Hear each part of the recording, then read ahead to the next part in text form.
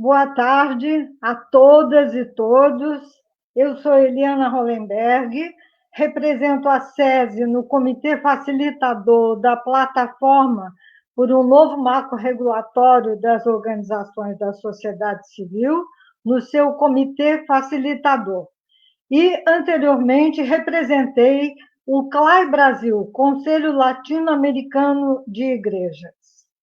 Bom, é extremamente gratificante estar aqui com vocês, iniciando essa série de momentos, de conversas para aprofundarmos conhecimento, reflexões, partilha, experiências sobre o Miroski.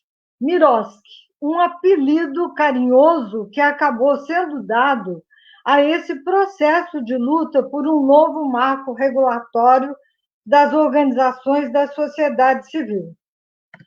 Eu lembro de que a democracia se faz com participação da sociedade civil organizada em sua relação com o Estado. E a experiência do Miroski faz parte dessa luta democrática. E apesar da luta não ser recente, é interessante como ainda uma grande parte das organizações e da sociedade ainda não conhece bem o significado dessa luta tão importante para nós. E resolvemos, então, enquanto plataforma, proporcionar esses momentos, que chamamos de momentos Miroski, né? Para que a gente possa, então, se apropriar mais do significado disso e da razão de continuarmos essa luta tão importante, que é uma luta que hoje, na questão da construção e consolidação da democracia, nos chama bastante para estarmos cada vez mais presentes.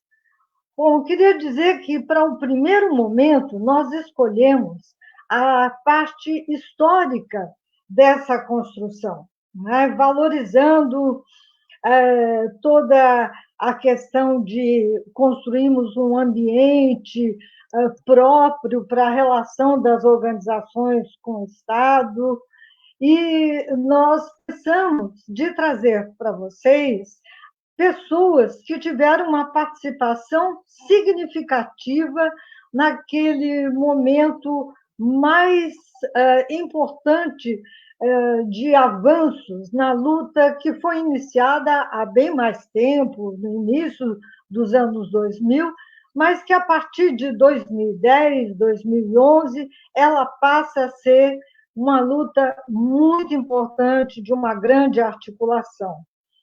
E nessa articulação, nós escolhemos duas organizações da sociedade civil que estavam presentes com muita contribuição e duas pessoas que estavam vinculadas ao governo federal na época.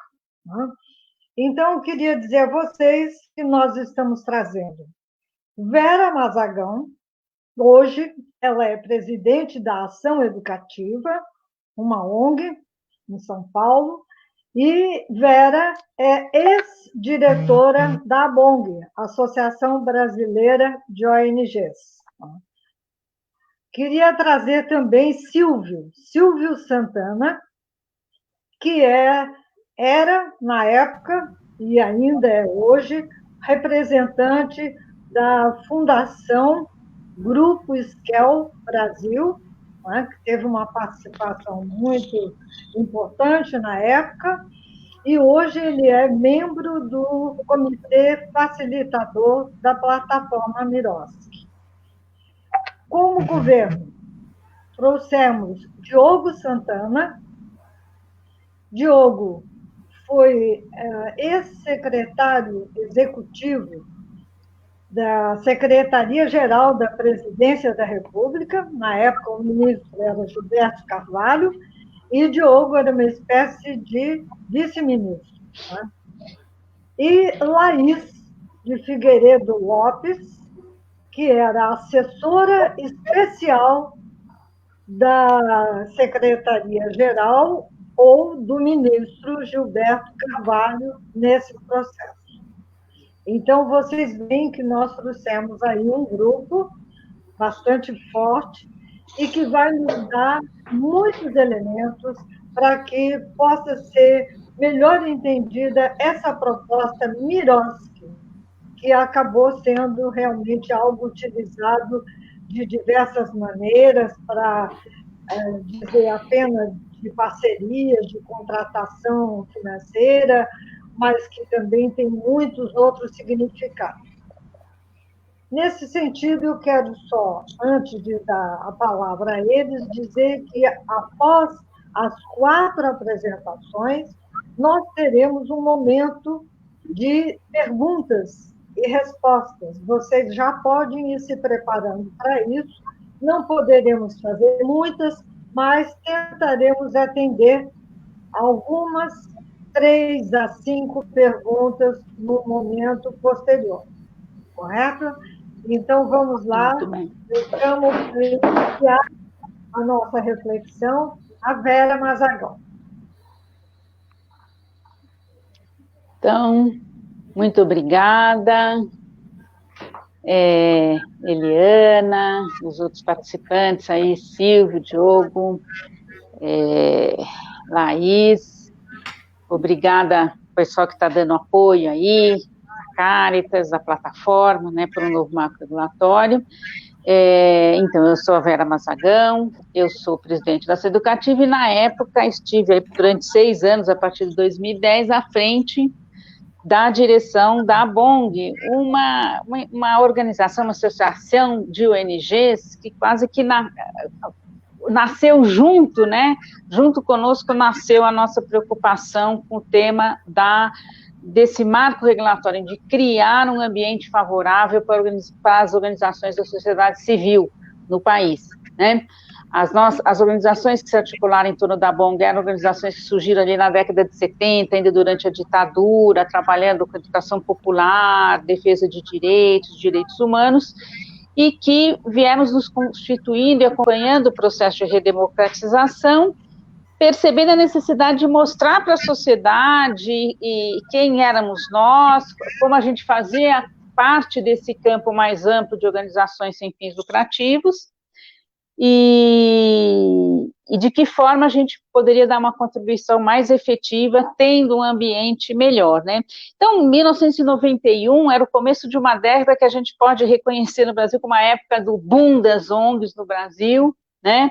A gente teve ali em 92 uma conferência internacional muito importante aqui no Brasil, a ECO 92, que de fato fez o país conhecer o que eram as ONGs, né? Não sei se todo mundo tem consciência.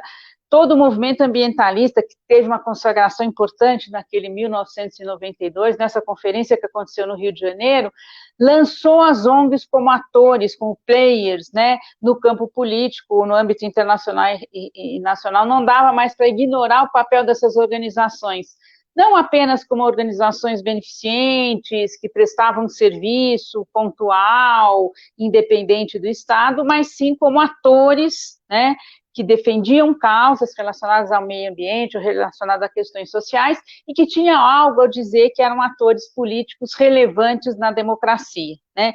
Isso acho que foi uma marca da década de 90, com vieses diferentes, né? A gente tinha também ali na década de 90 uma visão neoliberal, que achava que as ONGs iam poder resolver todos os problemas sociais, ia poder desencarregar o Estado dessas responsabilidades, que as ONGs faziam mais barato e melhor, etc., uma visão bastante equivocada, mas na década de 90 nós também tivemos exemplos fantásticos de trabalhos articulados de políticas públicas com participação das organizações da sociedade civil que viraram referência internacional. Acho que um caso emblemático da década de 90 foi todo o movimento de combate à AIDS, a pandemia da AIDS naquela época, que teve um trabalho articulado do Ministério da Saúde com o apoio de uma importante rede de micro-organizações dedicadas ao combate à AIDS, e que, de fato, fizeram um combate efetivo à pandemia à época que virou referência internacional, né?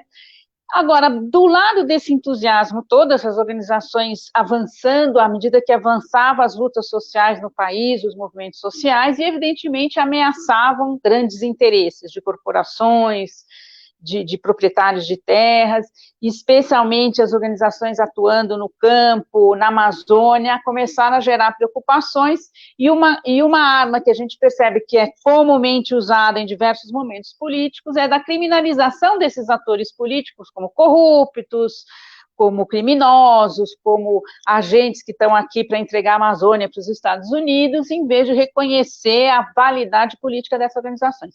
Então, de fato, a década de 90, a gente passa de um entusiasmo até exacerbado com o potencial dessas organizações para um clima de criminalização orquestrado por esses grupos, né, que tinham seus interesses ameaçados pelo trabalho dessas organizações na Amazônia, nos interiores, etc., o trabalho dos pequenos produtores rurais, no campo, na cidade, e, enfim, passavam a estabelecer esse embate nesse campo de deslegitimar a ação dessas organizações. Então, a gente entra na década de 2001, né, a década de 2001 a 2010, que, vamos dizer, é o contraponto a essa década de 90 de entusiasmo, em que aí o que predomina é essa narrativa de criminalizar essas organizações, a sociedade passa a desconfiar, achar que todas elas recebem dinheiro de forma escusa, que elas vivem às custas do governo, mamando de forma indevida, o quanto não é verdade, né? Essas organizações vivem principalmente dos seus próprios recursos, né? Mas também recebem, e é importante que recebam de forma legítima, como acontece em qualquer democracia avançada na Europa e nos Estados Unidos, recursos públicos de forma transparente, né? Mas o ano 2000, a gente entra nos anos 2000, a primeira CPI das ONGs, né, que entra nesse processo de criminalização, foi em 2001, com foco nessas ONGs da Amazônia e em terras indígenas. Depois seguem outras CPIs, né, comissões parlamentares de inquérito, que contribuem para esse clima de criminalização e de desconfiança da sociedade com relação a essas organizações, né? Aí, o que acontece? Em 2003, a gente tem a eleição do governo Lula, muito comprometido com essas pautas sociais que essas ONGs defendiam, e a gente teve uma grande expectativa que poderia reverter esse processo, esse quadro de criminalização. No primeiro ano do governo Lula, a BONG conseguiu uma audiência com o presidente, onde a gente apresentou essa proposta de criar um grupo de trabalho para pensar um conjunto de regulações que favorecesse o ambiente de ação dessas instituições, desse mais segurança jurídica para elas e contribuíssem para coibir eventuais casos de corrupção e promover aquelas ONGs sérias, que, na verdade, era a maioria, né? Então, isso aconteceu logo no primeiro ano de governo Lula, passaram 8 anos, né, 2 mandatos, onde a gente teve muitas políticas que se inspiraram nas ações que essas pequenas organizações realizavam na base e que depois se transformaram em política pública com apoio e com a participação dessas organizações, né? Então, a gente não pode negar esse inegável avanço que a gente teve na presença da sociedade civil em diálogo com o Estado, fazendo políticas, fazendo propostas para políticas públicas, né? A gente tem todo o trabalho da ASA no semiárido, construindo cisternas, os importantíssimos avanços na área da agricultura familiar, né? As políticas culturais explodiram nessa época, com pequenos grupos até informais de cultura nos centros urbanos, enfim, uma série de políticas baseadas nessa participação organizada da sociedade. E um fato importante também que marcou ali os anos 2000 foi os fóruns sociais mundiais, onde a gente teve o Brasil, as organizações de sociedade civil do Brasil liderando a sociedade civil internacional, né, num posicionamento pró-causas sociais, pró-meio ambiente, etc., né? Mas, né, como a gente não conseguiu avançar nessa infraestrutura regulatória legal que desse maior segurança a essas parcerias das entidades com o governo e que também desse mais autonomia para essas organizações, incentivasse sua autonomia, sua capacidade de captar recursos junto à própria sociedade, o ambiente de criminalização veio só crescendo também para criminalizar aquelas políticas avançadas que o governo estava implementando, e de fato a gente tem essa década toda, vamos dizer, só piorando o ambiente da criminalização, até que no último ano de governo Lula, ali em 2010, né, dos mandatos, a gente não tinha realmente nenhum avanço importante em termos de um marco regulatório mais favorável para as organizações. Lembra esse ano de 2010, então era o último ano de governo Lula, era um ano eleitoral, que nós íamos ter novas eleições previdenciais. Eu estava assumindo a direção da BONG naquele ano, me inteirando das lutas passadas da BONG em diversos campos, e especificamente nessa do marco regulatório. Recebi a visita dessa figura aí que vocês vão ouvir daqui a pouco, que é a Silvio Santana, da Fundação Esquel, que vinha de Brasília, estava passando em São Paulo, e começamos a conversar sobre essa situação, que caminhos a gente poderia trilhar, e surgiu ali a ideia da gente aproveitar o momento eleitoral para lançar uma plataforma para os candidatos, né? Então, candidatos à presidência, Dilma era uma delas, tinha outros candidatos, foram ao segundo turno, Nossa, mãe, sumiu. Silvio vai contar direitinho. E o Serra, o Serra, que também foi ao segundo turno, também recebeu e acatou a nossa proposta, né? E a gente, nesse momento, tinha 10 articulações, organizações que atuavam nesse campo do marco regulatório, e associações além da BONG, o GIF, Caritas, Pastoral da Criança, a Associação Brasileira de Agroecologia, a Associação Brasileira de Economia Solidária, 10 primeiras articulações que assinaram essa plataforma aos presidenciáveis, né? E esse foi a origem dessa articulação, que ampliou muito, né, em relação ao próprio campo que a BONG representava. Acho que o Silvio vai poder explicar isso mais que eu, como é que essas outras forças atuantes nesse campo se agregam nesse momento, e então, essa carta aos presidenciáveis, essa plataforma, foi, vamos dizer, a semente do que hoje é a plataforma que já está aí atuando, continua atuando, né, passando aí por novos contextos políticos, e aí vamos ouvir um pouco aí o que os demais têm a dizer para depois complementar o debate. Obrigada.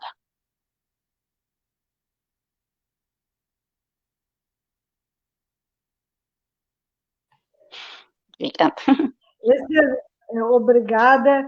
Excelente essa apresentação, né, do que foi esse início mesmo, né? Acho que Silvio vai realmente complementar. Nós mesmos, enquanto um segmento mais ligado à igreja, o ecumenismo vem um pouco depois, isso vai ser aprofundado, mas as origens, inclusive todo esse combate, né, às organizações, à criminalização, é algo que temos realmente que salientar, não só em relação às ONGs, mas também em relação a movimentos como a CPI da Terra. Acho muito importante tudo que foi destacado, e gostaria de passar, então, para o Diogo Santana, que estava, né, aí justamente naquele momento colaborando na construção dessa formação de um grupo de trabalho paritário para que se pudesse realmente dar sequência à proposta de um novo ambiente e de um novo marco regulatório. Por favor, Diogo. Obrigado, Liana. É realmente um prazer poder reencontrar todos e todas aqui nesse momento.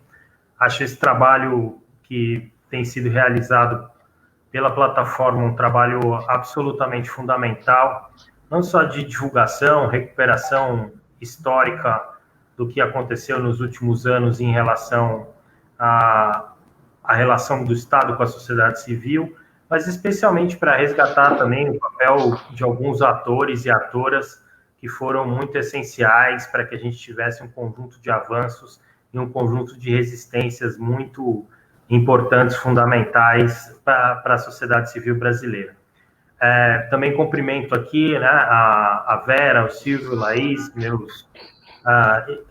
a Laís, minha companheira de governo na época, Vera e Silvio, interlocutores muito importantes do grupo de trabalho e das entidades que conduziram, né, tiveram um papel de liderança muito forte nesse processo. É sempre um prazer também reencontrar e agora a gente poder avaliar um pouco historicamente também todo aquele processo. Bom, eu queria usar o meu tempo aqui, Eliana, para de alguma maneira fazer uma fala complementar em relação à da Vera e contar um pouco para vocês, né, e dividir um pouco com vocês quais eram as principais preocupações do governo à época, quais eram as principais perspectivas, e também contar um pouco aqui, dividir um pouco quais eram os sonhos que a gente tinha, né, e qual era a ideia do que a gente gostaria de ver implementado, não só no curto prazo, mas no longo prazo, para fortalecimento da sociedade civil brasileira. Eu acho que vale a pena fazer uma menção, né? A Vera acho que detalhou, fez uma recuperação histórica do processo pela sociedade civil bastante importante, e acho que complementarmente vale a pena destacar 2 pontos. Primeiro que, de alguma maneira, o processo da discussão de novo marco regulatório também está inserido dentro do processo de uma construção da sociedade, de uma sociedade no Brasil mais justa, livre, soberana, com mais autonomia, enfim, e a sociedade civil como um ator essencial desse processo.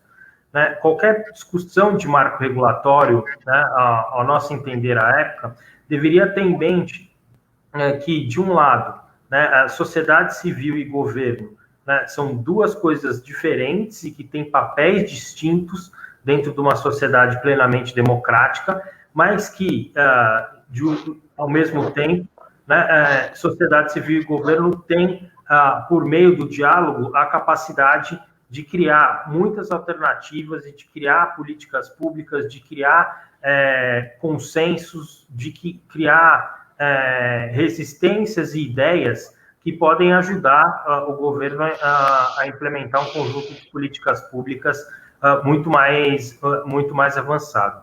Esse processo certamente não começou ali naquele período, né, no período do grupo de trabalho, ele é um processo, como a Vera destacou, também muito anterior, mas ali a gente certamente teve uma intensificação e conseguiu trazer elementos bastante positivos para a nossa, acho que para esse diálogo.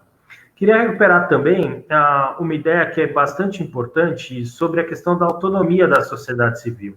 E acho que isso, a Vera recuperou bem o papel que os movimentos sociais e organizações tiveram ao longo da década de 70, da década de 80, da década de 90, mas é muito importante destacar que o processo, o entendimento da sociedade civil como uma parte autônoma e bem vista, né, pela sociedade brasileira, é uma tarefa recente, né? Recente que eu digo que vem junto, né, que nasce junto com a perspectiva democrática trazida pela Constituição de 88. A sociedade civil brasileira ela tem uma atuação mais longa, mas a ideia de que a sociedade civil deve atuar com autonomia, né, e deve trabalhar em relação ao Estado como um ente capaz de melhorar a eficácia das políticas públicas por meio da fiscalização, reivindicação e, às vezes, pela própria participação na execução da política, é uma coisa, no Brasil, também uma coisa que vem acontecendo de uma maneira recente. E nesse processo de construção, o que a gente tinha, quais eram as 2 ideias que na época, né, do governo Lula e depois do governo Dilma, eram muito predominantes na sociedade. Então, tinha muito aquela ideia da separação do joio do trigo, né? Então, que se deveria fazer uma separação por meio de mecanismos burocráticos entre aquelas ONGs que atuassem pelo bem da sociedade e aquelas que só se relacionavam com o Estado para ter um benefício ou que exerciam práticas corruptas. Então, a ideia, a história do joio e do trigo era repetida à exaustão e, de alguma maneira, também atrapalhava bastante, né, dizia muito pouca coisa e atrapalhava bastante o desenvolvimento de ideias mais sofisticadas, que sempre ficava naquela... As discussões eram puxadas muito para o assunto da corrupção, do controle, prejudicando esse processo maior de desenvolvimento da autonomia da sociedade civil no Brasil. E de um outro, a gente tinha, né, uma presença muito marcante no debate público dessa ideia de que se você tem a participação de uma organização da sociedade civil numa política de Estado, tinha quase que uma associação automática entre essa posição e uma posição, entre aspas, né, neoliberal, ou que queria fazer com que o Estado abrisse mão de determinadas responsabilidades para transferir para as ONGs. Então, a ideia de criar um grupo de trabalho que pudesse reunir ideias mais sofisticadas para esse tema também tinha como fundamento a reversão, né, ou pelo menos tornar mais complexo, tornar mais sofisticada a visão que se tinha de sociedade civil no Brasil. Por que isso, Eliana? Porque, em primeiro lugar, né, a sociedade civil ela não é um apêndice do Estado, né? E a sociedade civil ela não deve se relacionar com o Estado de maneira subalterna ou como um agente, né, que tem ali numa relação contratual um interesse diverso do Estado, enfim, e a discussão sobre a sociedade civil girar em torno disso. E isso, de fato, é muito difícil fazer. Até hoje, né, mesmo com todo o grupo de trabalho, mesmo com a Constituição, mesmo com todo o processo que a Vera destacou, há na sociedade brasileira ainda uma visão, infelizmente, predominante de que a sociedade civil, quando se relaciona com o Estado, ela tem uma relação de subordinação, né? E isso acho que é uma das coisas que, né, o Miroski tentou organizar, né, do ponto de vista legal, para que não existisse essa subordinação dessa maneira negativa, e é uma das tarefas que eu acho que movimentos como a plataforma Miroski e outras entidades, outras redes da sociedade civil podem ajudar para reverter. Então, uma primeira ideia forte não existe uma subordinação. É importante a gente ir construindo um campo de autonomia que, por meio do diálogo, ajude a construção de coisas melhores no Brasil. Um segundo elemento, né, que era muito importante na época, que acho que continua sendo muito importante, é que a gente não podia olhar simplesmente, perdão, a gente não podia olhar simplesmente para as normas de contratualização entre Estado e sociedade civil que regiam lá na época os convênios ou os termos de repasse, né, aqueles instrumentos mais clássicos. A ideia de construção de novo marco regulatório era mais amplo do que simplesmente a contratualização. Eu queria chamar a atenção para mudanças legislativas que aconteceram no mesmo período do Miroski, que também foram super importantes para caminhar no sentido de você garantir uma autonomia maior para a sociedade civil. Né, para além da 13.019, né, que foi aprovada em 2014, depois teve todo aquele processo durante o ano de 2015, acho que nesse período, entre 2010 e 2016, duas outras normas foram muito importantes na direção dessa autonomia.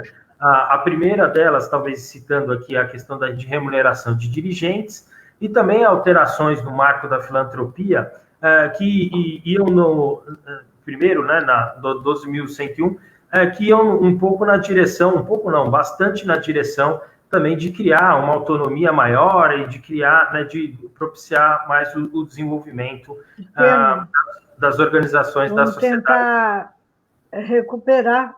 Voltou, Diego? Voltou, Diogo? Eu para mim, nunca parou. Caiu quando você estava falando de outras decisões, como a remuneração de dirigentes. Perfeito. Eu estava citando a remuneração de dirigentes e as mudanças que ocorreram na lei da filantropia e da regulação da filantropia, também na mesma direção, né, de se criar compensações, mas com autonomia maior da sociedade civil. Então, esse processo, né, a ideia também passava, né, a ideia de criar, né, um marco regulatório, para além das leis relacionadas e normas relacionadas à contratualização, também tinha um sentido forte de você buscar uma autonomia da sociedade civil por meio de mecanismos de financiamento republicanos e que, de alguma maneira, garantisse que essa interação por meio do diálogo, da resistência, da participação em instância de formulação de política pública, também ganhasse, né, uma sustentação, uma perenidade e que pudesse, de alguma maneira, sustentar, né, esse processo de fortalecimento da sociedade civil no Brasil. Muitas dessas coisas, muitos desses sonhos, né, a gente viu concretizados. De alguma maneira, Eliana e colegas, né, e quem nos acompanha também pelas redes, quando a gente agora, né, como advogado, né, atua ou vai ao município e a gente vê que, de alguma maneira, o Miroski ajudou a melhorar a relação com as entidades da sociedade civil, especialmente no âmbito do poder local, acho que isso é uma coisa bastante gratificante, né? Da mesma maneira, a ideia de que você deveria, né, ter uma autonomia da sociedade civil no Brasil e que a sociedade civil continuasse sendo um polo de resistência e de produção de ideias, a gente vê, né, nesse processo de resistência a várias medidas autoritárias ou que, né, na própria discussão da Amazônia, na questão dos povos indígenas, a gente vê que, de fato, a sociedade civil brasileira continua atuante, continua forte. Outro dia, inclusive, eu tive num relacionamento profissional uma reclamação de uma gestora pública dizendo não, agora a sociedade civil, por conta do Miroski, está com muita autonomia, não podia ter tanta autonomia assim, né, até se deu autonomia demais, enfim, um pouco daquele sonho, daquela ideia que se tinha, né, ali em 2014 se concretizou plenamente. Outras, infelizmente, não. A gente hoje caminha, né, do ponto de vista do reconhecimento do papel da sociedade civil brasileira pelo Estado, especialmente pelo governo federal, a gente teve uma mudança radical de posicionamento, no qual, né, as instâncias de participação e as instâncias de relacionamento estão praticamente destruídas, né? E isso, de fato, é uma pena, certamente prejudica o processo de construção da democracia brasileira, mas eu acredito que, né, o desafio, né, maior para a sociedade civil brasileira e para a relação do Estado com a sociedade civil brasileira nessa nova década que entra, é continuar esse processo, esse trabalho, que às vezes é um trabalho que tem mais repercussão, mas às vezes é um trabalho de formiguinha mesmo, de ir produzindo as mudanças normativas no sentido de consolidar a autonomia da sociedade civil brasileira e consolidar uma democracia mais forte e plenamente constituída no Brasil. Obrigado, Eliana. Eram essas as considerações iniciais.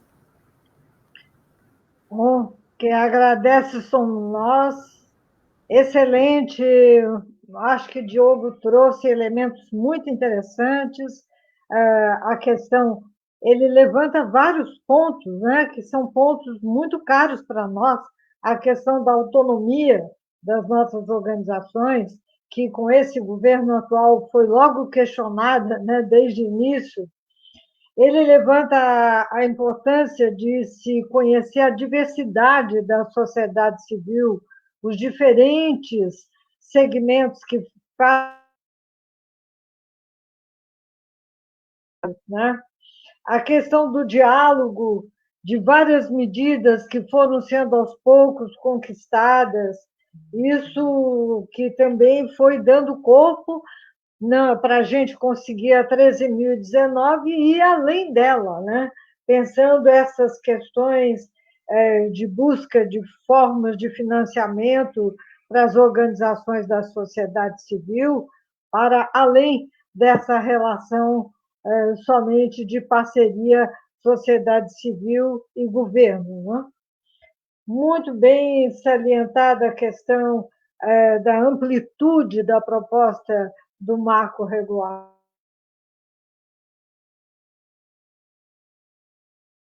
Porque talvez a gente vá ver com o Silvio um pouco também a tensão inicial, né? Muito bem colocada a questão pelo Diogo. Agora, quando iniciamos o trabalho desse grupo, também o ambiente que existia ainda de criminalização, a tentativa de limitar por um tempo os repasses para as organizações da sociedade civil, e a afirmação da sociedade civil, até com manifestações mostrando a importância daquilo que está sendo feito e muito do que se tornou depois política pública, como disse anteriormente Vera, né? Então, com esse insumo, que já está bastante interessante, eu passo a palavra para o Silvio.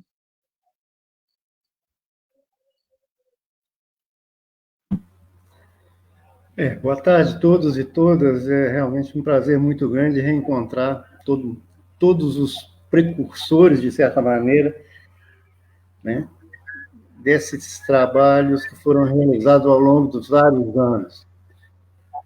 É realmente uma coisa muito importante que nós estamos tentando fazer, e, pensando bem, a plataforma está comemorando 10 anos já. É bem importante, né, a gente repensar um pouco. Eu queria complementar um pouco todas as informações da Vera quanto do Diogo, dando um enfoque um pouco diferente, né? A constituição da plataforma foi o resultado, como disse a Vera, de um esforço que veio sendo desenvolvido depois digamos, de muitos anos. E era um esforço tanto de um grupo de organizações, como as organizações que estavam ligadas à NABONG, a Fundação Esquiel, o GIF, como também era um esforço de vários outros grupos de organizações que, ao longo dos anos, desde muito antes dos anos 2000, também trabalhavam sobre essas questões legais, que era o pessoal mais da área da filantropia, da área da saúde, educação, assistência social, escolas, congregações religiosas, que tinham uma participação importante, né, na discussão sobre as questões regulatórias, mas que não era uma discussão ampla, suficientemente ampla, porque cada um desses grupos, de certa maneira, buscava superar as deficiências, as dificuldades legais que eles encontravam, né? Com a plataforma, a coisa acontece de uma maneira diferente. A gente consegue identificar, praticamente desde os anos 90, deficiências no estado da regulação brasileira, e começamos a tentar avançar nesse campo, e várias organizações tiveram participação, desde 90, praticamente, tiveram uma participação sistemática na construção de novas ideias, de novas propostas, etc., né? Então, a plataforma, antes da plataforma, por exemplo, na Fundação Esquiel, nós tínhamos um projeto, e que, para realizar o projeto, nós decidimos que, em vez da Fundação trabalhar sozinha, nós iríamos convidar as organizações que nós considerávamos mais envolvidas na época, que era a BONG, o GIF, o MST, por causa, inclusive, da criminalização que estava sofrendo, né, e a Caritas, que tinha também uma grande discussão sobre o papel das organizações internamente, né, dentro da questão legal. Então, antes de existir a plataforma, já existia um núcleo, mais ou menos, consolidando as ideias e organizando as ideias, tentando discutir já com todas as organizações, além das nossas organizações singulares, uma maneira de definir um quadro mínimo, que nós precisávamos, sobre o que nós precisávamos de incidir, né? Isso foi sendo a construção que, em 2010, se manifesta, então, na plataforma. Ou seja, a plataforma é resultante de um trabalho de décadas, entende? De várias organizações, de várias pessoas, né? Com a plataforma, o que aconteceu? O grupo que estava trabalhando no projeto do marco regulatório da Fundação, estávamos juntos no projeto do marco regulatório da Fundação, e que também estava desenvolvendo outras atividades, desenvolvendo publicações, sugestões, princípios que deviam regular as regras, tanto o pessoal do ABONG quanto do GIF fez isso com muita propriedade. Então, nós achávamos que deveríamos agrupar um núcleo maior de organizações. Então, tentamos trazer mais para dentro dessa discussão uma série de outras organizações que nós considerávamos assim, essenciais para fortalecer o campo das organizações da sociedade civil que queriam esse novo marco regulatório, né?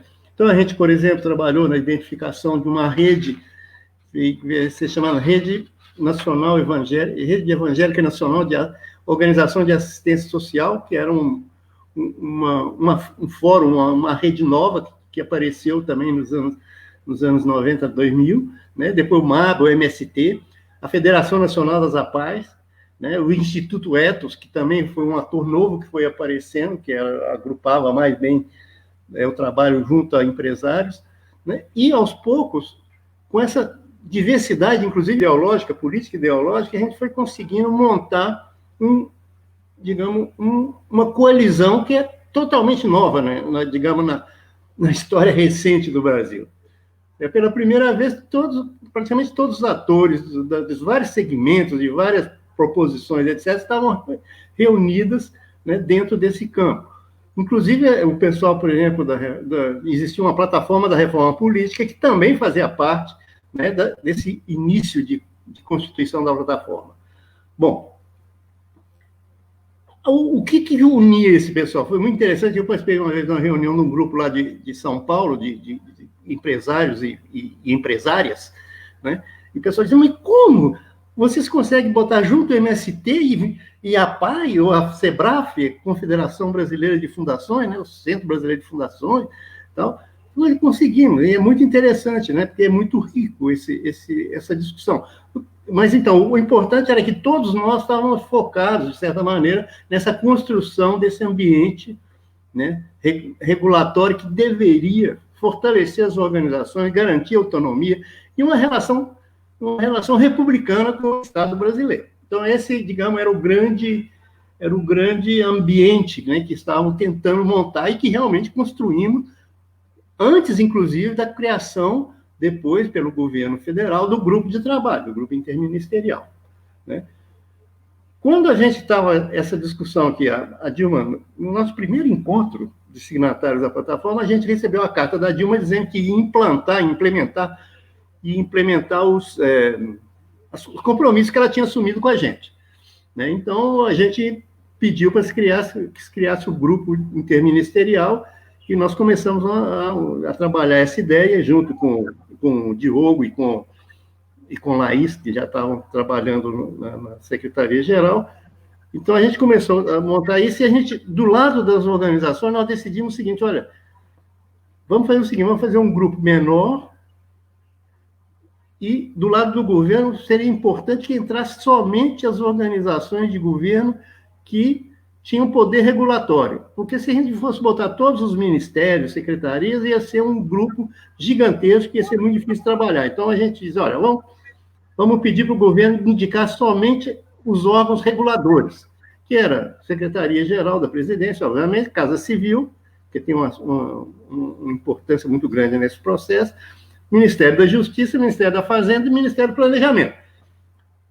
As outras organizações, os outros órgãos de governo, etc., a gente poderia chamar ao longo da discussão, e aconteceu isso o tempo todo. Mas eu acho que é importante, porque aí ficou muito claro o que nós já havíamos conseguido.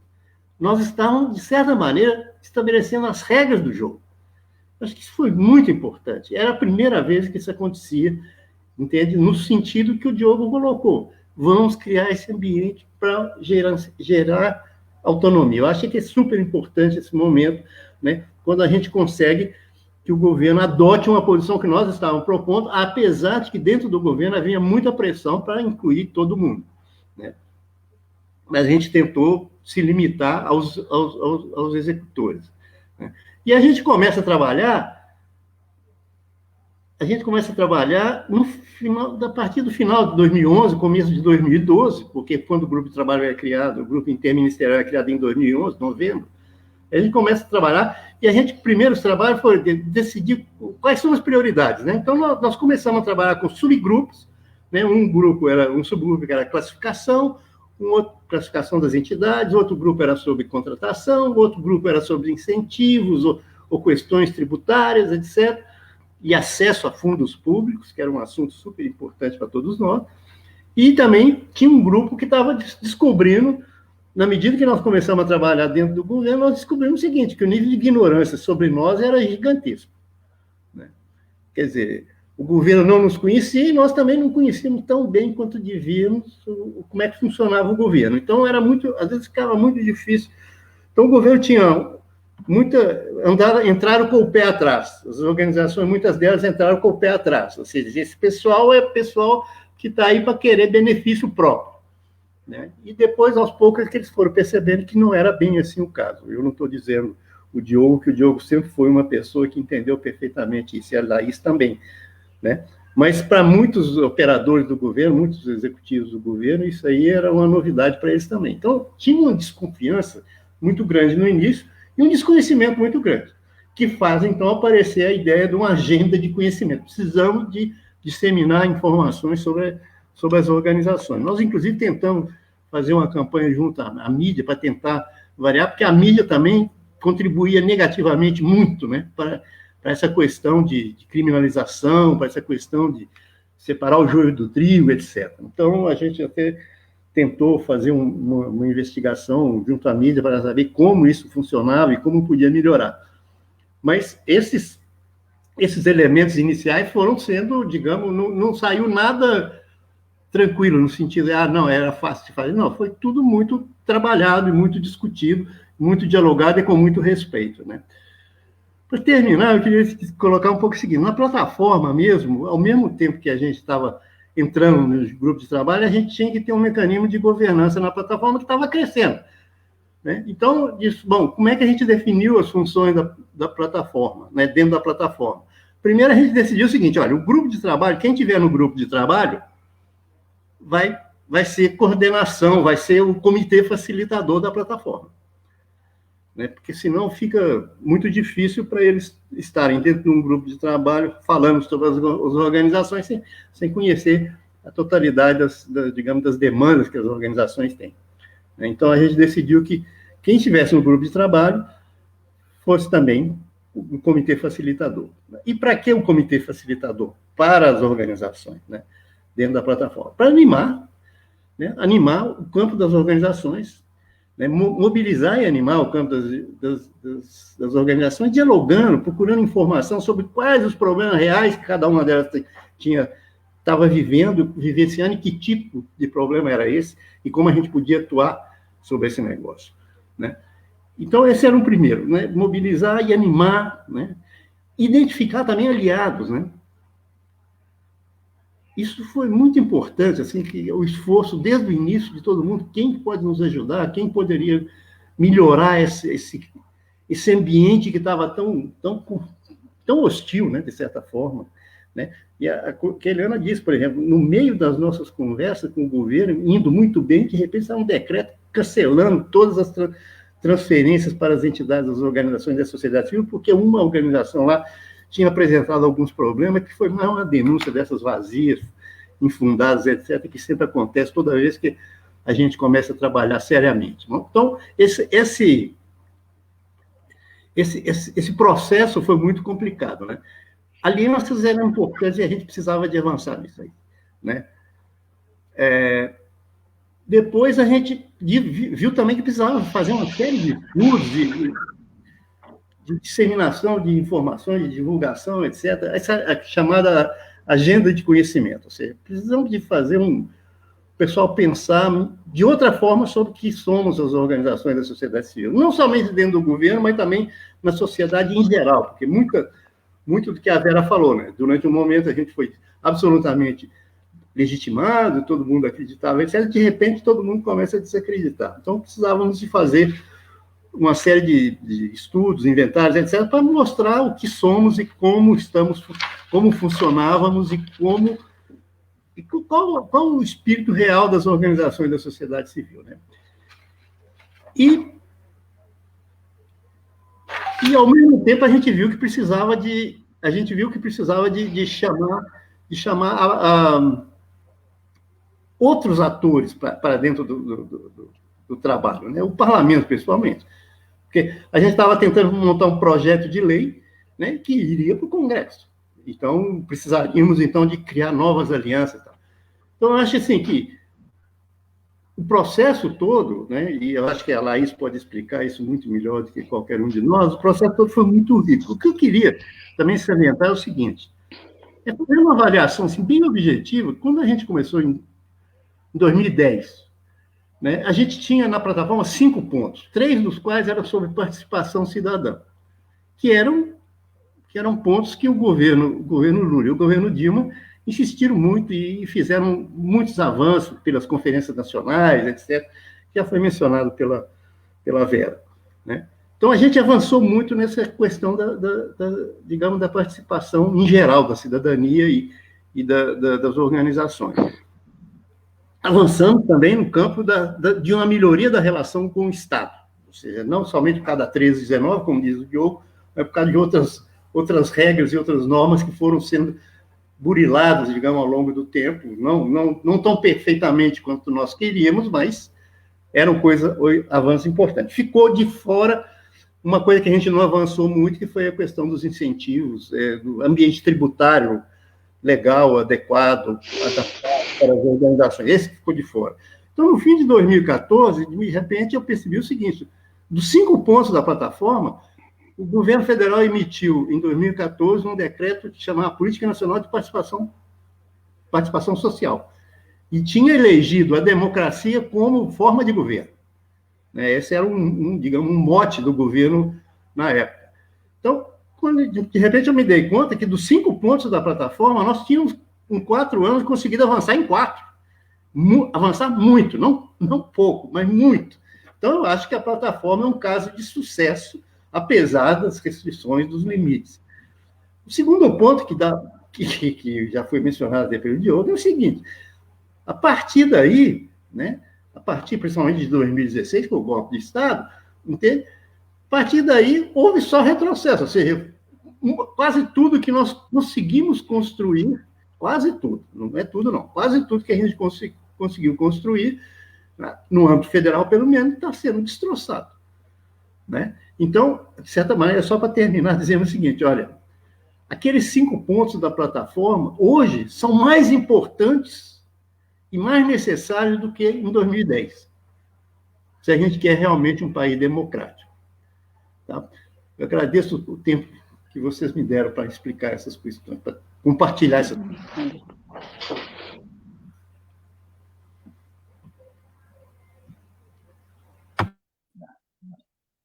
Acabei caindo, perdi uma parte da sua fala, Silvio, infelizmente, mas imagino tudo que eu escutei foi bastante importante, principalmente porque você faz essa recuperação e colocando a formação da plataforma.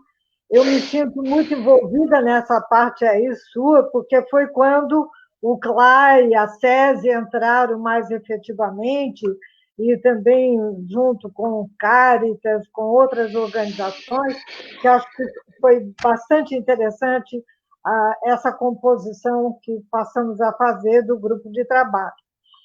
Agradeço o fato também de você ter levantado já a repercussão que teve a partir de 2016 e as dificuldades que vêm sendo enfrentadas para se garantir muitas das conquistas que tivemos. Até tem uma pergunta já colocada no grupo, que praticamente você acaba respondendo, ainda que possamos retomá-la depois. Eu queria aproveitar para saudar algumas presenças bem interessante a gente perceber que temos pessoas do Acre até o Sul.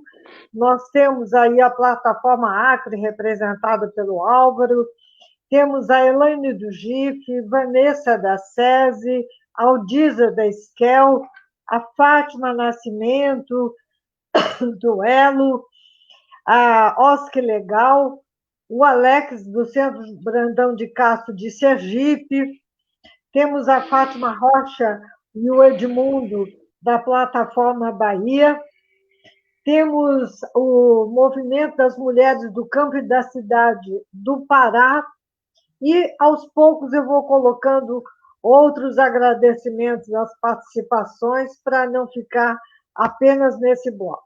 Eu queria passar, sem mais tardar, para Laís de Figueiredo Lopes, o nome completo, da assessora, na época do ministro Gilberto Carvalho, e que continua trabalhando muito efetivamente, colaborando com o projeto que temos hoje, que é um projeto que tem apoio da União Europeia, de fortalecimento e de interiorização da plataforma. Laís, por favor, com a palavra.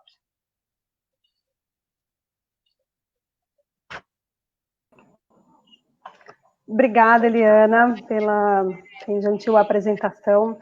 Na verdade, meu nome completo é Laís Vanessa Carvalho de Figueiredo Lopes. Então, Laís de Figueiredo Lopes já é uma abreviação, acreditem ou não, né? Enfim, eu queria saudar os meus colegas aqui de mesa virtual. É uma delícia estar reencontrando vocês, pena que a gente não está se reencontrando pessoalmente, né? Mas relembrar dessa história é sempre um prazer e uma honra, né? Tanto o Diogo, com quem eu trabalhei diretamente aí por tantos anos, na Secretaria-Geral da Presidência da República, quanto também Vera, Silvio e a própria Eliana, né? Que foram interlocutores bastante qualificados e legítimos da sociedade civil aí nesse processo. Também agradeço Candice, Igor e Júlio e todo mundo que está no apoio para a realização dessa live. Cumprimento também, enfim, as pessoas que estão aqui nos acompanhando e nos assistindo. E vou colocar um cronômetro aqui, porque essa história é tão comprida que, enfim, de alguma forma tem que ter um recorte, né? O que me ajuda é que vocês também já trouxeram elementos bastante importantes e, enfim, eu quero só complementar, né, um pouco do que já foi dito. Eu, enfim, sempre trabalhei com organizações da sociedade civil, decidi vocacionar a minha carreira para essa área desde a época da faculdade.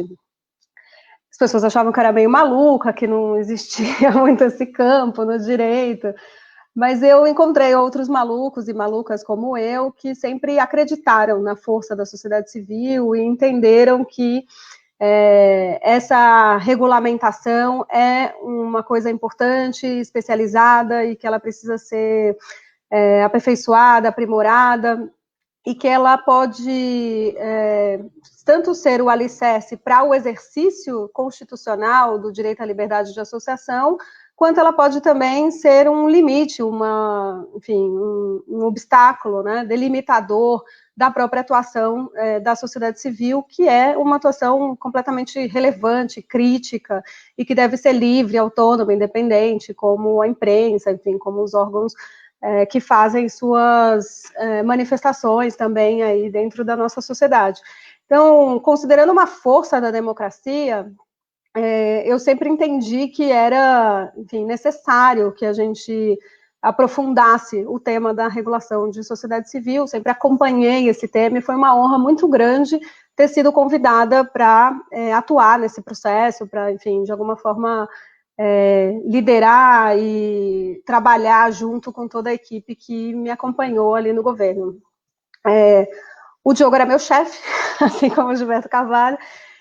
Diogo era o vice-ministro, né, secretário executivo, Gilberto ministro, e eles me deram, enfim, total apoio, carta branca, junto com a Vitória, à época que foi chefe de gabinete, né, do Gilberto Carvalho, enfim, o Rogério Sotile, que foi secretário executivo anterior, antes do Diogo, e todos os outros que sucederam, né, porque eu cheguei a dar continuidade a esse trabalho também, junto com o ministro Rossetto, o ministro Bezoini, e aí outras pessoas que também tiveram comigo ali dentro do desafio, né, de dar continuidade ao Miroski.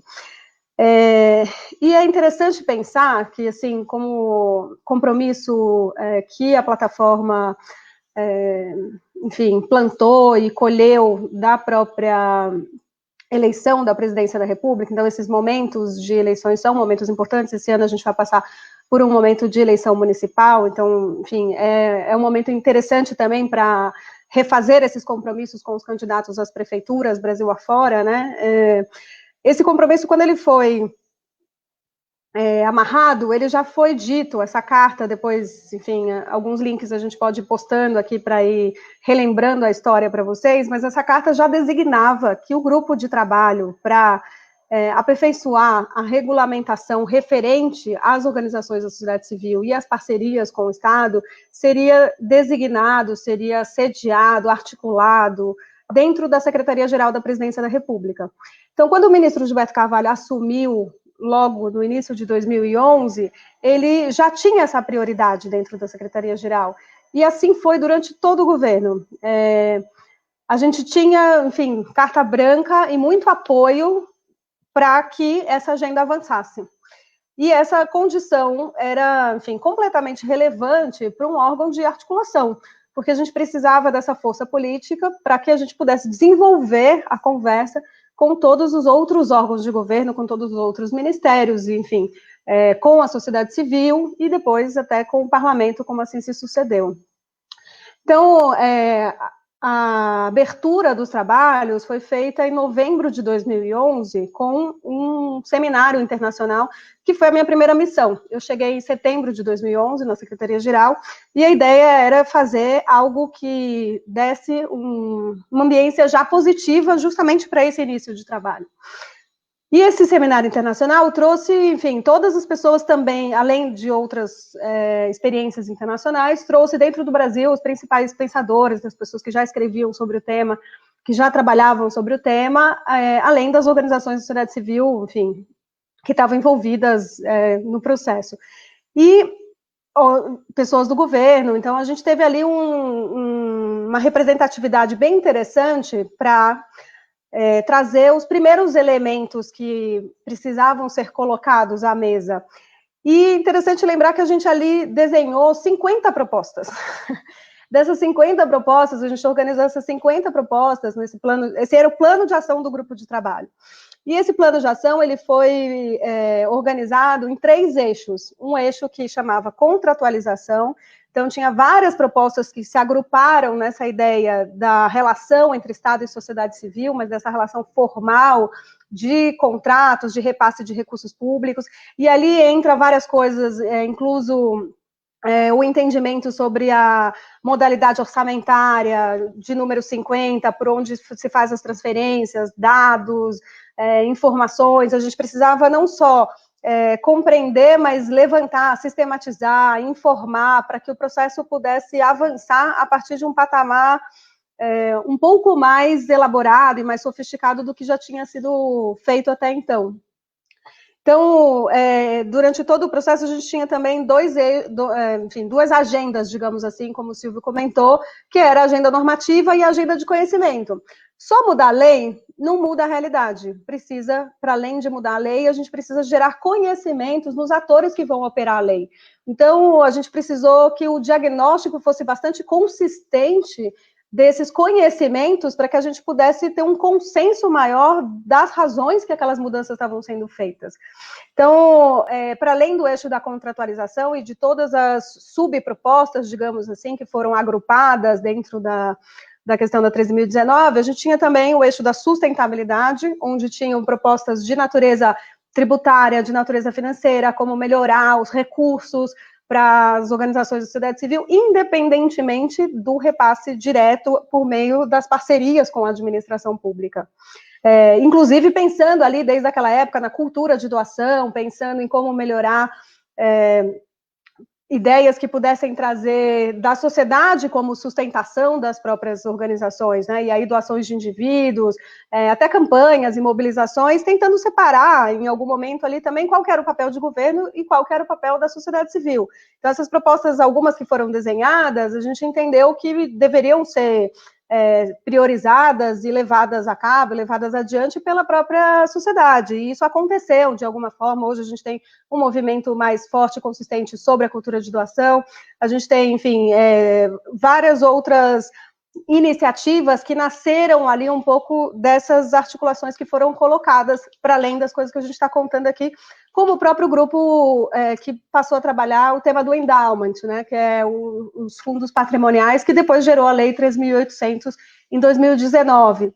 Então, algumas coisas que não foram resolvidas ali, foram plantadas ali, porque a gente construiu uma ambiência de levantar esses pontos e buscar endereçá-los sem a pretensão, enfim, e sem a possibilidade real de resolver todas aquelas 50 propostas de uma vez, né?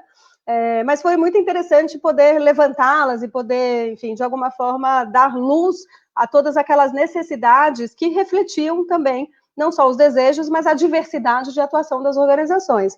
O terceiro eixo, eu falei da contratualização, sustentabilidade, o terceiro eixo é a certificação. Na nossa avaliação, o diagnóstico da época, e que continua sendo válido, é de que a gente tem muitas certificações burocráticas no país que acabam obstacularizando a vida das organizações da sociedade civil, trazendo mais dificuldades à sua própria atuação. Então, foi nesse eixo também que a gente fez a revogação da utilidade pública federal, que era um título antigo, desnecessário, que representava 60 servidores terceirizados no Ministério da Justiça para ficar fazendo uma análise daquelas atividades, quando, na verdade, essas atividades devem ser prestadas contas à própria sociedade, e não necessariamente a um órgão de governo que não tinha nenhum poder de fiscalização e nem competência legal para fazer qualquer coisa, vista alguma irregularidade, enfim, e aí precisava endereçar para os órgãos competentes.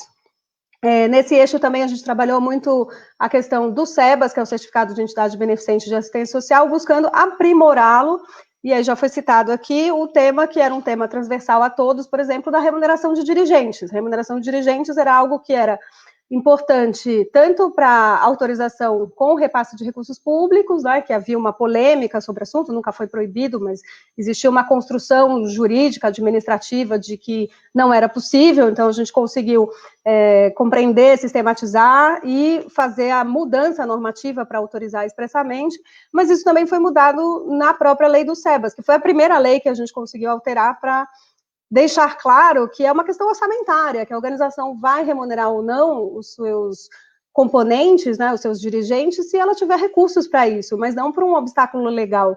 E a gente fez essa alteração na certificação, mas era também um tema de sustentabilidade, porque a institucionalização do laranja é um tema completamente insustentável. A gente precisava deixar claro as realidades, as peculiaridades, as especificidades das organizações, para que elas não fossem criminalizadas administrativamente, burocraticamente, simplesmente por não ter uma lei adequada, por não ter uma lei que reconhecesse quais eram as questões legais que eram afetas especificamente a esse campo, que é diferente do campo empresarial e que é diferente do Estado, não é nenhuma coisa nem outra.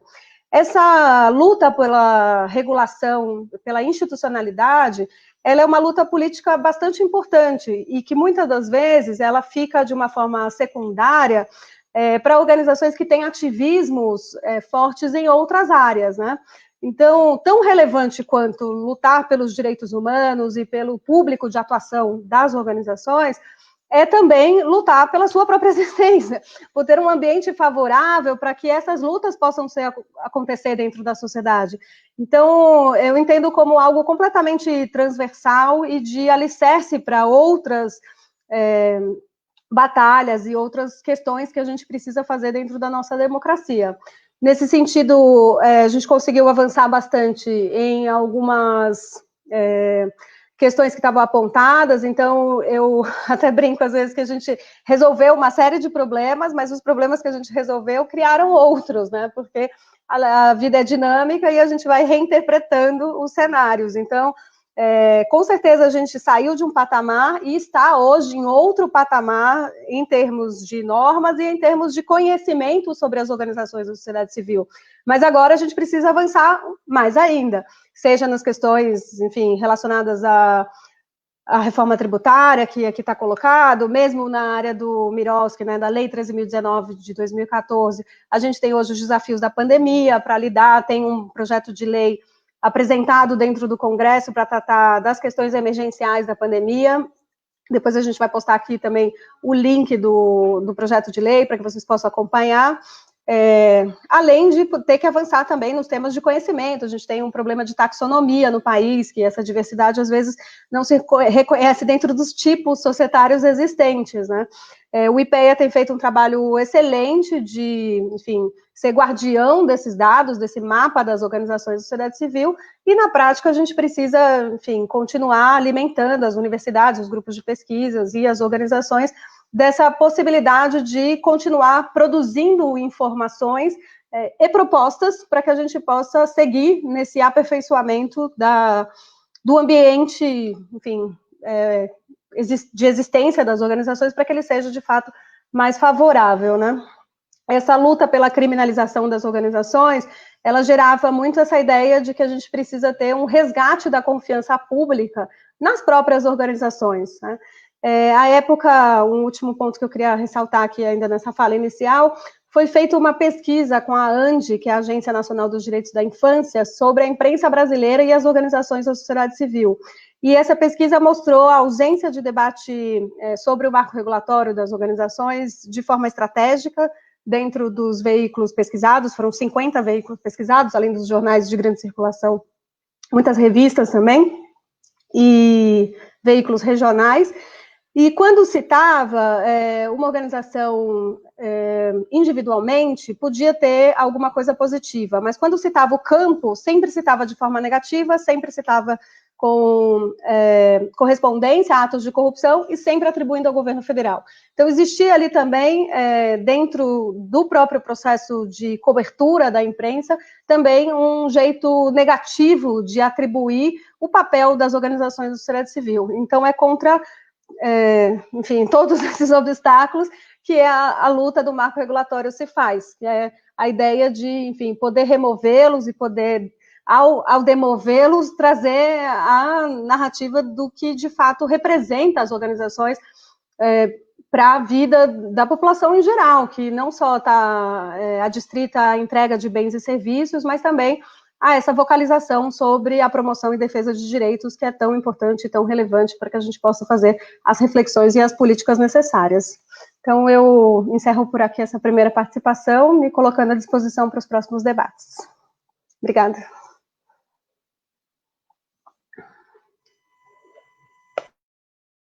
Uma síntese, né? Embora tivesse muita questão ainda para ser colocada, acho que foi fundamental o que ela coloca em termos de contratualização, sustentabilidade, certificação, que dão justamente essa visão ampla do que é o marco regulatório das organizações da sociedade civil, que não é algo que se reduz à Lei 13.019, né?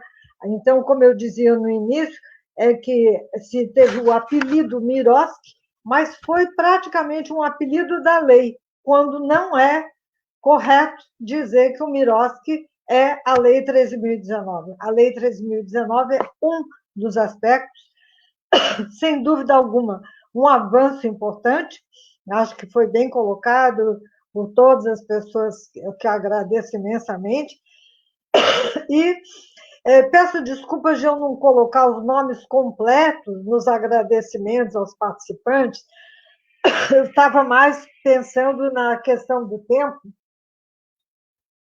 mas temos muitas presenças, claro que vou esquecer de algumas.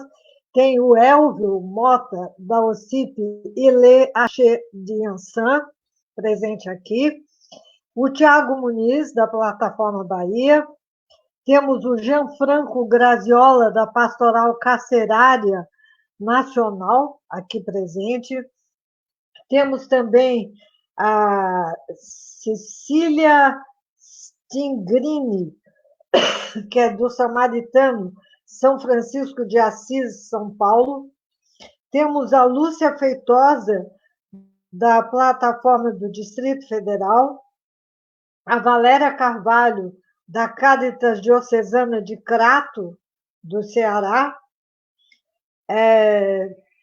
Aqui eu espero que não tenha esquecido muita gente, mas temos muitas presenças que nos alegram bastante para que a gente possa realmente confiar na disseminação dessa tão importante discussão sobre o Miroski, né? Que não fique aqui, que a gente consiga fazer chegar nas nossas bases, nas áreas onde atuamos. Eu quero dizer a vocês que nós já temos 5 perguntas formuladas. Nós tínhamos pensado em dividir em 2 blocos de perguntas. Inicialmente, 3 perguntas, aí daríamos aos palestrantes para poder se manifestarem, e depois mais 2 perguntas. Eu pergunto a vocês, Vera, Diogo, Silvio e Laís, Vocês acham mais interessante concentrarmos, dizer logo as 5 questões, que praticamente são 4, que uma delas já foi, de alguma forma, abordada, ou nós fazemos 2 blocos? Pode ser um bloco só, Eliana. Bloco, muito bom. Então, vamos lá. Eu quero encontrar aqui. Bom, a primeira pergunta foi do Tiago Muniz, quando ele diz o seguinte: como vocês analisam o impacto do governo federal em relação aos avanços alcançados junto ao governo anterior? Essa que é uma questão que eu acho que, de alguma forma, vocês abordaram, mas é interessante voltar. A segunda questão é da Candice, que diz como avaliam a possibilidade de novos avanços na agenda normativa das OSC no cenário político atual. A terceira pergunta é de Lúcia Feitosa, que diz que o retrocesso será maior depois da reforma tributária, Silvio. O que a plataforma avança nesse sentido? E uma pergunta do Igor, da Caritas Brasileira. Eu não falei Candice, é do Elo. Igor, da Caritas Brasileira. Qual a perspectiva para as OSC com a reforma tributária que está sendo discutida atualmente? E tem mais uma pergunta. Aguinaldo Lima, Aguinaldo Lima. Silvio Santana, parabéns pela fala. Como retomar, no atual contexto, os 5 pontos principais propostos pela plataforma diante de uma sociedade dividida? Por onde começar? Qual a agenda inicial? Bom, deu para anotar as perguntas? Então, eu passo a palavra. A primeira pergunta, não sei quem gostaria de responder a primeira. Tem 2 que são praticamente... Se você me permite, Eliana, eu queria fazer uma sugestão. Acho que a gente pode fazer uma segunda rodada, e aí cada um que for passando, a gente vai comentando um pouco, enfim, algum trecho dessas perguntas, né? Como a gente vai fazer um bloco só. Muito bom aí. Se você quiser... Assim vocês podem aprofundar. Bom, então, sugiro que nesse primeiro momento vocês, então, se expressem, depois passamos ao segundo, e no segundo vocês aproveitam para colocar as suas observações finais para a gente poder encerrar. Então, com a palavra. Quem começa, Vera? Acho que a gente pode seguir a mesma ordem. Vera, você está com o microfone mudo. Acho que agora... Foi. Então, é um comentário, mas eu acho que mais de uma pergunta se refere a isso. Quais são as nossas chances de avanços nesse contexto político no plano federal, nitidamente desfavorável, né, à participação cidadã e muitas das nossas agendas relacionadas a direitos humanos, à promoção de igualdade, né? Muitos temas, inclusive, conflitivos, as questões relacionadas a gênero, a questão racial, que a gente percebe que são questões que bastante conflitivas nesse contexto. Eu acho que a gente não pode escolher muito, eu acho que a gente tem que, a grande potência da sociedade civil é ter uma relativa, essa autonomia, ela é mais rica justamente nesses momentos de adversidade, né, no plano governamental, quer dizer, a possibilidade que a gente tem de seguir com as nossas lutas. Eu acho que sempre é importante não esquecer de que existem outros níveis e que, então, experiências importantes que depois podem ter uma repercussão nacional são gestadas a nível local. Então, a gente vê, mesmo depois de 2016, com o golpe institucional que tirou a presidente Dilma do governo, a gente teve experiências se desenvolvendo no plano local, a gente tem essas experiências de regionalização da plataforma, quer dizer, a questão continua viva na sociedade, então, de alguma forma, a gente vai construindo um novo caldo de cultura para um avanço significativo a qualquer momento, né? Além dessa questão do subnacional e da articulação autônoma, no fato não deixa de ser uma vitória, um sinal de esperança. A gente está hoje aqui reunido com um grupo de pessoas debatendo isso num cenário tão adverso, né?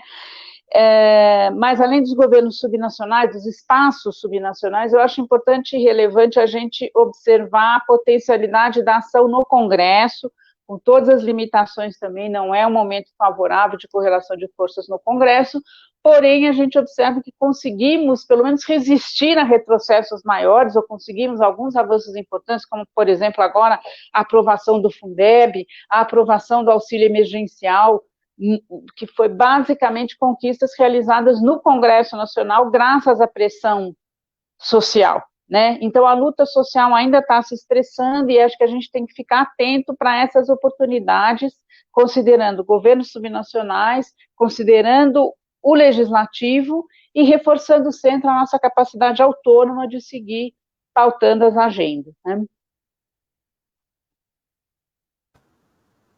Eu queria pedir a vocês, antes de vocês seguirem, nos mandaram mais 3 perguntas. Vai ser bastante difícil a gente responder no espaço de tempo que temos, até 17h30, né? Eu queria ver se é possível de vocês resumirem as respostas e tentarmos verificar aqui, eu vou tentar com a comunicação. Eliana, se você puder ligar sua câmera, está desligada. Se podemos estender, nem que seja mais 10 minutos. Se o sinal está ruim, Eliana, a gente não está conseguindo te ouvir e nem te ver. Acho que agora caiu de vez. Eu vou aproveitar aqui. Segue. Vou tocar a resposta e a gente, se entrarem as perguntas aqui, a gente também comenta. Eu queria pegar um pouco, assim, o ponto onde a Vera terminou, e eu acho que o Estado, agora, nesse momento, é um estado de alerta, de atenção máxima. Atenção máxima no sentido de resistência, porque, de fato, né, tem muita coisa acontecendo de ruim no Brasil, muitos ataques a políticas públicas consolidadas, a sistemas, a conselhos, enfim, que é uma coisa que, de alguma maneira, preocupa, né, a sociedade civil e toda a discussão que a gente está fazendo aqui, mas também tem uma parte do alerta que é no sentido positivo, e aí eu queria dar alguns exemplos. Por exemplo, durante anos e anos e anos, a gente ficou discutindo com a Receita Federal lá a questão das receitas próprias para arrecadação de PIS e COFINS. Depois de muita discussão, a Receita deu um melhor entendimento de que, de fato, aquela receita que as entidades recebem de atividades que elas realizam, né, que estão ligadas aos seus próprios fins, não incide PIS e COFINS, o que, de alguma maneira, foi uma vitória tributária, talvez a vitória tributária mais importante dos últimos 10, 20 anos, e isso aconteceu, né, não sai no jornal, não tem uma grande repercussão, mas, de alguma maneira, é uma vitória importante para a sociedade civil. Da mesma maneira, né, a gente teve a 13.800, que, assim, só saiu a lei dos endowments porque o Museu Nacional pegou fogo, tinha que, de alguma maneira, dar uma solução, e a sociedade civil foi muito atenta, apresentou uma das alternativas possíveis, que é a alternativa dos endowments, e a lei acabou acontecendo. Da mesma maneira, tem uma outra frente que, além do Congresso, né, tem uma outra frente que é o próprio Judiciário. Hoje, talvez a melhor jurisprudência relativa ao papel da sociedade civil junto à formulação de políticas públicas que a gente tem no Supremo Tribunal Federal exatamente do caso do Conanda, né, que foi desestruturado, né? As entidades entraram, foram ao Supremo Tribunal Federal e tem uma decisão linda, consolidada, sobre qual é o papel das organizações da sociedade civil no CONANDE. Então, também foi uma oportunidade que a sociedade civil viu nascer a partir de um fato negativo e acabou estabelecendo uma das principais jurisprudências nesse tema. Dizendo isso, acho que vale a pena fazer algum comentário breve aqui sobre a questão da reforma tributária. De fato, tem muito em jogo.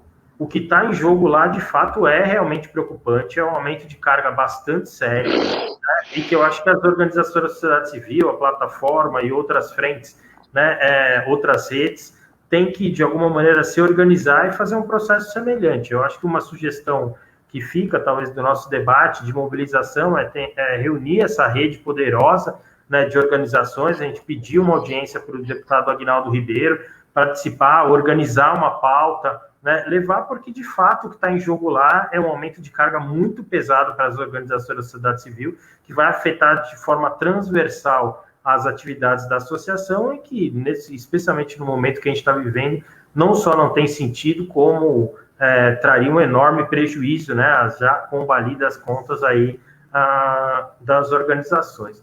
Por fim, eu queria fazer um comentário, assim, né, o grande, a Laís mencionou explicitamente, né, eu falei no começo também na minha fala, né, o Gilberto Carvalho, né, que era ministro à época, esteve lá ao lado do presidente Lula no gabinete, depois foi ministro da presidenta Dilma durante bastante tempo e que, de alguma maneira, foi o líder inspirador, enfim, de todas as nossas atividades, ele sempre repetia isso à exaustão para a equipe. Ele dizia o seguinte: o Brasil é um país em que você tem apesar de ser um país muito desigual e injusto, você tem ao redor do país um conjunto de entidades e um conjunto de ações de solidariedade muito bonitas.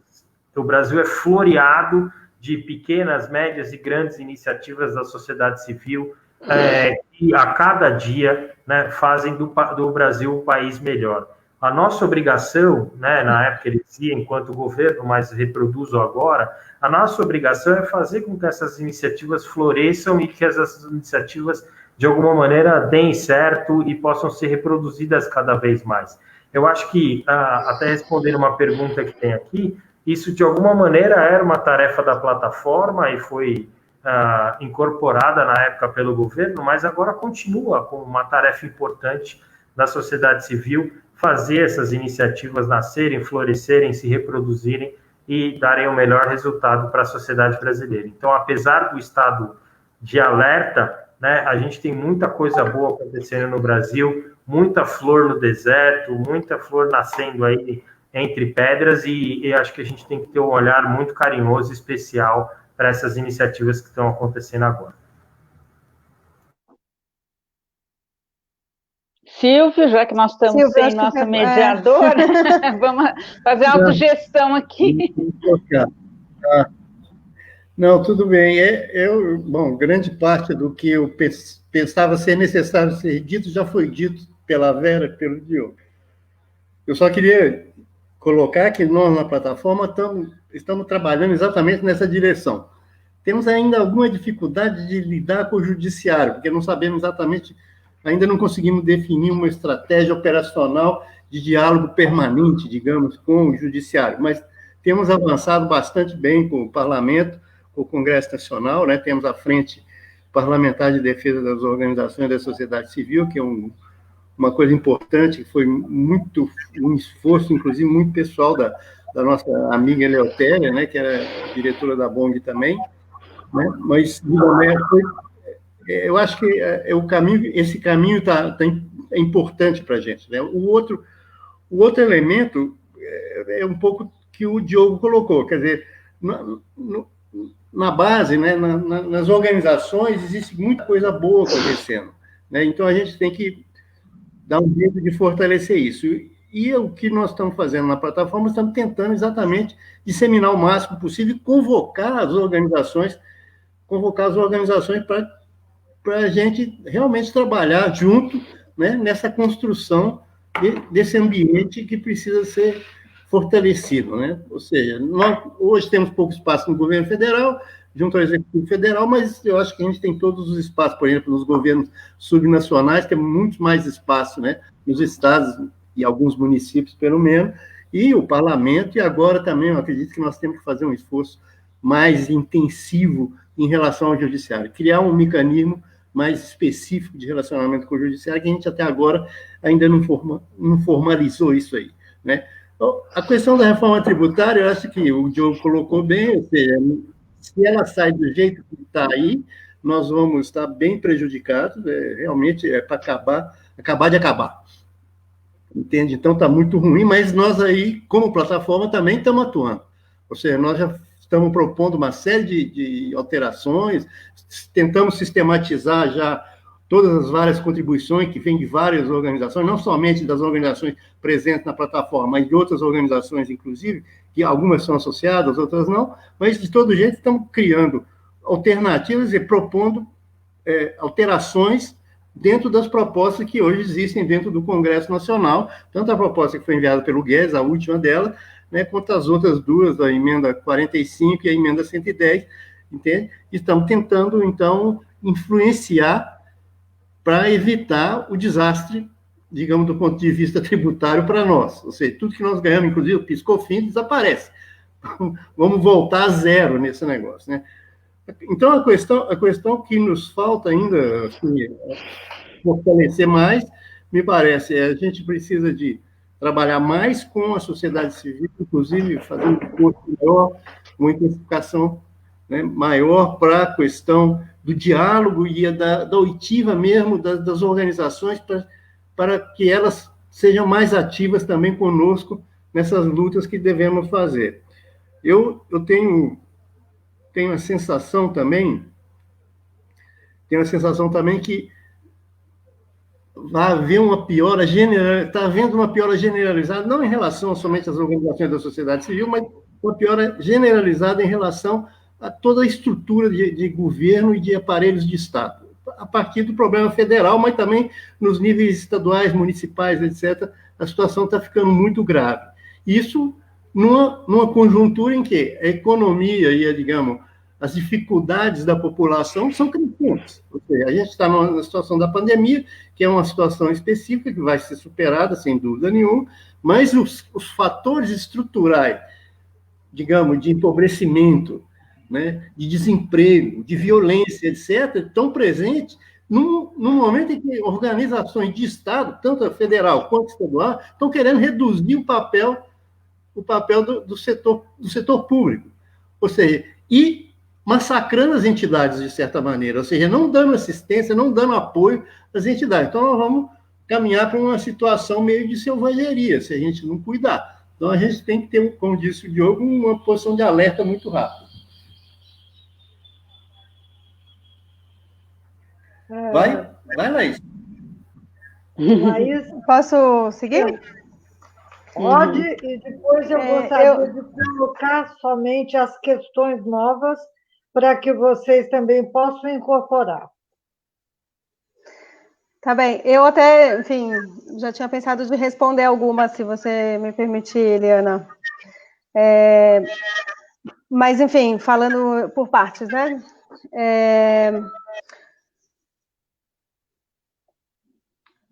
Adicional ao que as pessoas já falaram, eu acho que, assim, tem uma das coisas que a gente trabalhou bastante era a narrativa do Miroski como um mecanismo de participação social na prática, né? Então, se a gente tem um ciclo de gestão de políticas públicas, a gente tem a formulação, a gente tem a formação da agenda, né, a implementação, avaliação e monitoramento, o Miroski atua justamente neste momento de implementação, de execução da política pública, né? Então, é uma participação direta das organizações dentro do ciclo de gestão de políticas públicas. E hoje a participação social está em jogo, está sendo questionada. Mas, ainda que ela seja questionada, ela não foi exterminada. Ela continua dentro da nossa Constituição e ela continua fazendo parte de uma série de leis, incluso da Lei 13.019 de 2014. que que reconhece a participação social como um direito do cidadão, que coloca como princípio, diretriz da nova legislação, pensando incluso ali como fundamentos a gestão pública democrática, a participação da sociedade civil, o fortalecimento da sociedade civil e etc.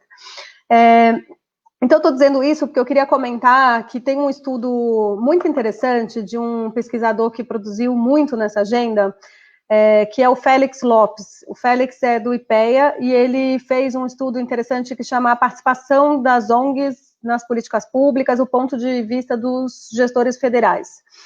E esse estudo está disponível, enfim, vai ser postado aqui o link também, e ele traz essa ideia de que as organizações, quando elas parcerizam com a administração pública, elas não estão trazendo a fuga da 8666, elas não estão trazendo a fuga do direito público, elas estão trazendo legitimidade para a política pública, capilaridade, elas estão trazendo uma série de outros ativos que são importantes, e isso foi reconhecido por gestores de políticas públicas.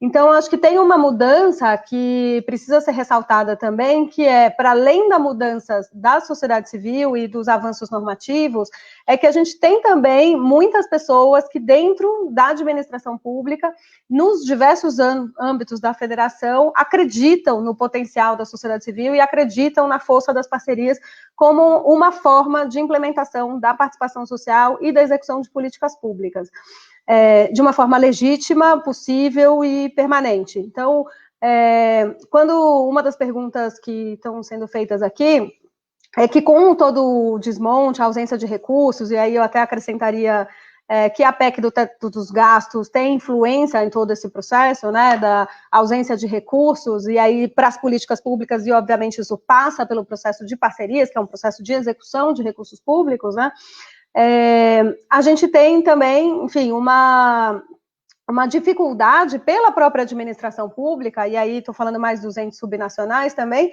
para a implementação do MIROSC. Então, pergunta ali sobre a comissão de avaliação e monitoramento, né? Como é que ela pode ser melhor? Não vai ter fórmula nesse momento que não passe por troca de experiências, porque na ausência de uma indução positiva que era feita antes, nessa até comparação entre os governos anteriores e a existência disso agora, é que a gente precisa ter essa produção de conhecimentos permanentes. Então, vai ser necessário, para além do que já foi feito até aqui, que as boas experiências sejam passadas, né, para os demais, seja em termos de, enfim, desse apoio da sociedade civil, ou até mesmo entre gestores públicos, entre administrações públicas em geral. Então, o mecanismo de controle que a lei pensou para que, quando esse tipo de coisa acontecesse, foi o CONFOCO, que é o Conselho de Fomento e Colaboração. Esse conselho, ele estava previsto para ser criado no âmbito nacional, ele está previsto no artigo 15 da lei, e nos âmbitos subnacionais também. Hoje, ele funciona muito bem no estado da Bahia e no município de Belo Horizonte. Ele vai ser, inclusive, objeto de uma live posterior, a próxima live no dia 10 de setembro, fica o convite aí para quem quiser participar, e a ideia dele é justamente reunir governo e sociedade civil da esfera administrativa para monitorar essa implementação do MIROSC e discutir esses problemas de implementação. Então, a lei não desceu no detalhe sobre a comissão de monitoramento, de como ela deve ser regulada, porque ela precisa ser adequada à administração pública. E para ela ser adequada à administração pública, enfim, depende do organograma. Então, ela pode ser numa prefeitura maior ou menor, ela pode ser uma única para a prefeitura inteira, ela pode ser mais de uma dentro de uma mesma secretaria, ela pode ser uma só, isso vai depender realmente do organograma. Mas já tem boas experiências no Brasil e a plataforma está fazendo também esse papel, mas acho que a gente tem que ter também outras articulações de gestores públicos e outros tipos de fóruns, de procuradores e etc., que começam a ser desenhados nesse sentido, para mais trocas de experiências para que a gente possa enxergar. Em tese, a ideia é que o CONFOCO faça esse papel e a gente pode retomar essa conversa na próxima live também.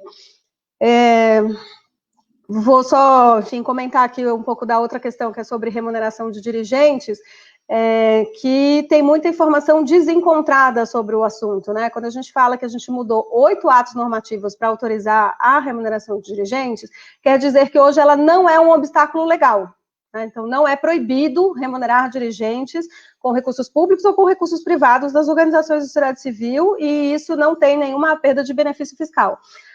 A questão vai ser se...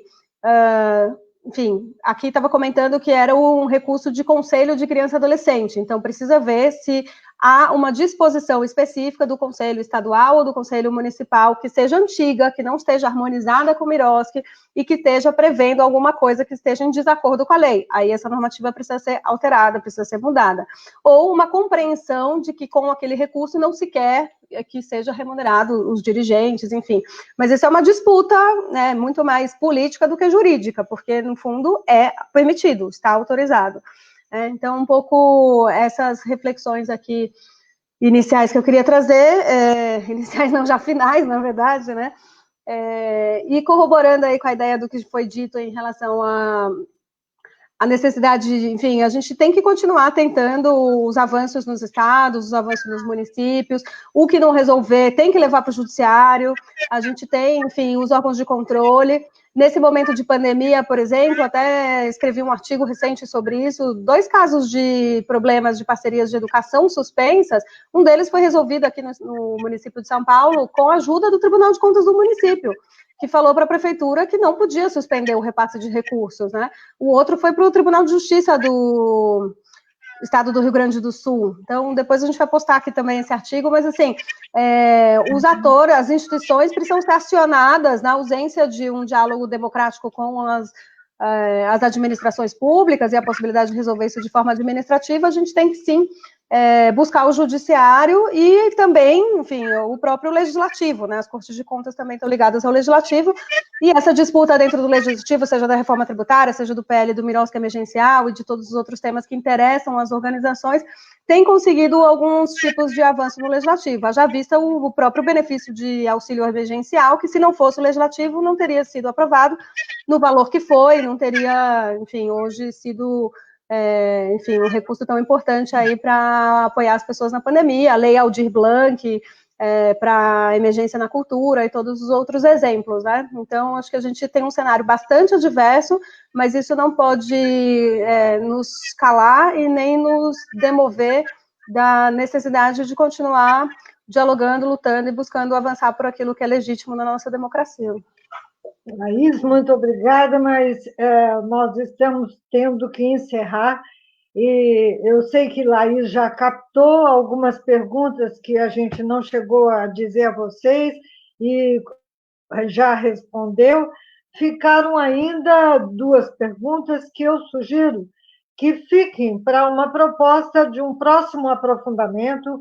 Uma é sobre o que nós propunhamos na época como um fundo de apoio às organizações da sociedade civil, que está sendo perguntado como retomar essa proposta nesse contexto. E também uma questão sobre a criminalização, hoje, mais especificamente, das organizações de defesa de direitos, né?